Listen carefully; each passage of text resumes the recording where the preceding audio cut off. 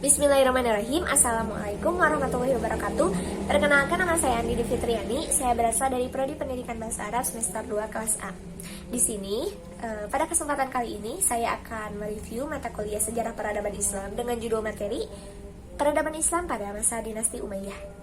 Nah, Dinasti Umayyah ini sebelumnya terkenal sekali dengan peristiwa Perang Siffin dan Amul Jamaah. Nah, dalam Perang Siffin ini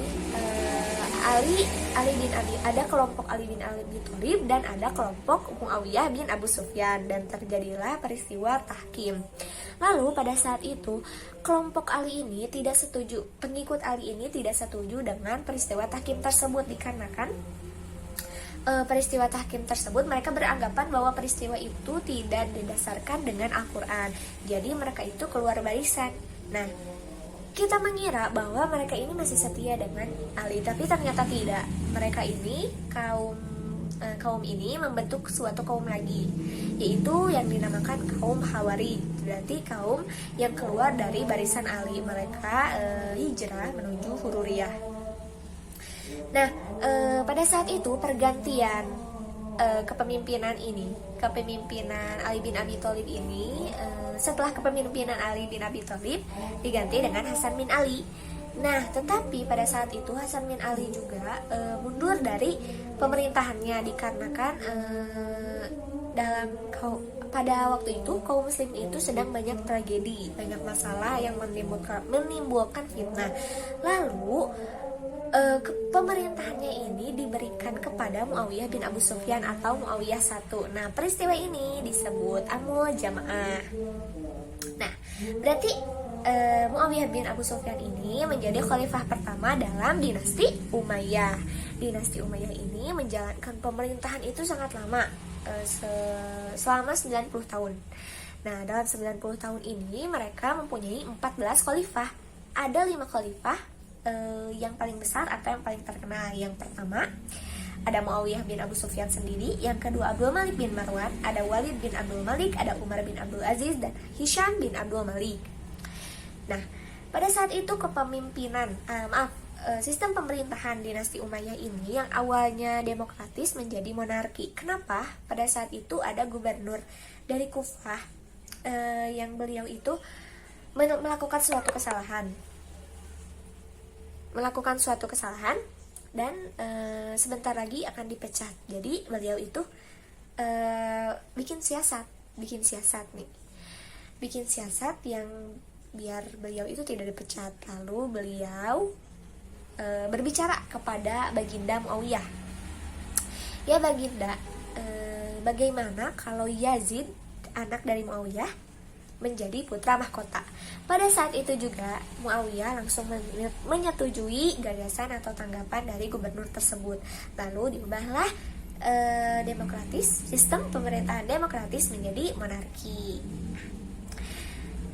Dinasti Umayyah ini menjadi negara adikuasa karena pemerintahannya ini mencapai sampai ke barat dan benua India. Sangat luas ya pemerintahan Bani Umayyah ini, sehingga meliput wilayah Jazirah Arab, Afrika Utara, Andalusia, dan Irak.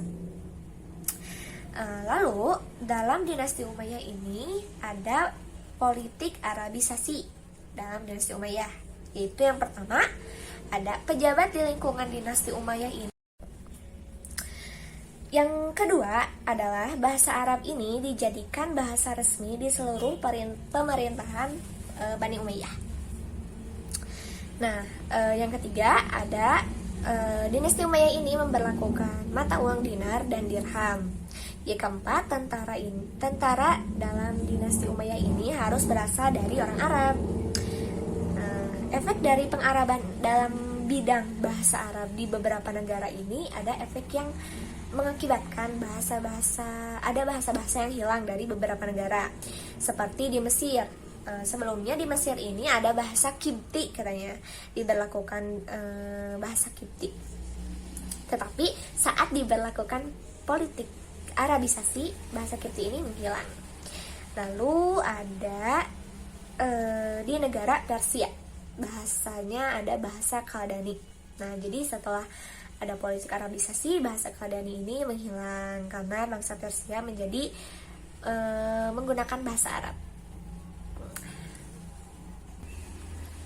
Dinasti Umayyah ini pada masanya selalu mendapat perlawanan dari Khawarij atau kaum yang keluar dari barisan Ali itu, yang tidak setuju peristiwa perang Tahkim. Nah, lalu dalam dinasti Umayyah ini golongan Syiah ini sama dengan Khawarij. Mereka menganggap bahwa dinasti Umayyah ini merampas pemerintahan dari keturunan Ali. Jadi seharusnya pemimpin itu yang setelah menggantikan Hasan bin Ali atau menggantikan Ali bin Abi Thalib seharusnya itu keturunan Ali. Nah, lalu terjadi persaingan waktu itu di masa Bani Umayyah itu di kalangan anggota dinasti Umayyah. Kenapa? Karena tidak ada ketentuan pewaris khalifah. Apakah setelah Muawiyah bin Abu Sufyan itu, apakah anaknya yang menjadi khalifah atau misalnya keponakannya atau saudaranya atau siapa. Jadi tidak tentu. Makanya dalam dinasti Umayyah ini mereka itu saling bersaing. Nah, lalu munculnya Bani Hashim yang dipelopori oleh Abu Abbas As-Soffah, keturunan dari paman Nabi Muhammad SAW. Nah, mereka pada saat itu ada pemberontakan dari Abu Abbas As-Soffah ini. Nah, Abu Abbas As-Soffah ini didukung oleh kaum Syiah dan kaum Mawali. Mereka akhirnya memimpin pemberontakan. Ibu kota Khurasan dikuasai oleh kelompok ini. Lalu kota Kufah jatuh juga kepada kelompok Abu Abbas ini. Nah, jadi itu terjadi pada tahun 750 Masehi. Nah, lalu berarti pemerintahan dinasti Umayyah ini beralih ke pemerintahan dinasti Abbasiyah. Nah, mungkin cukup sekian yang dapat saya sampaikan. Mohon maaf apabila ada kesalahan. Wassalamualaikum warahmatullahi wabarakatuh.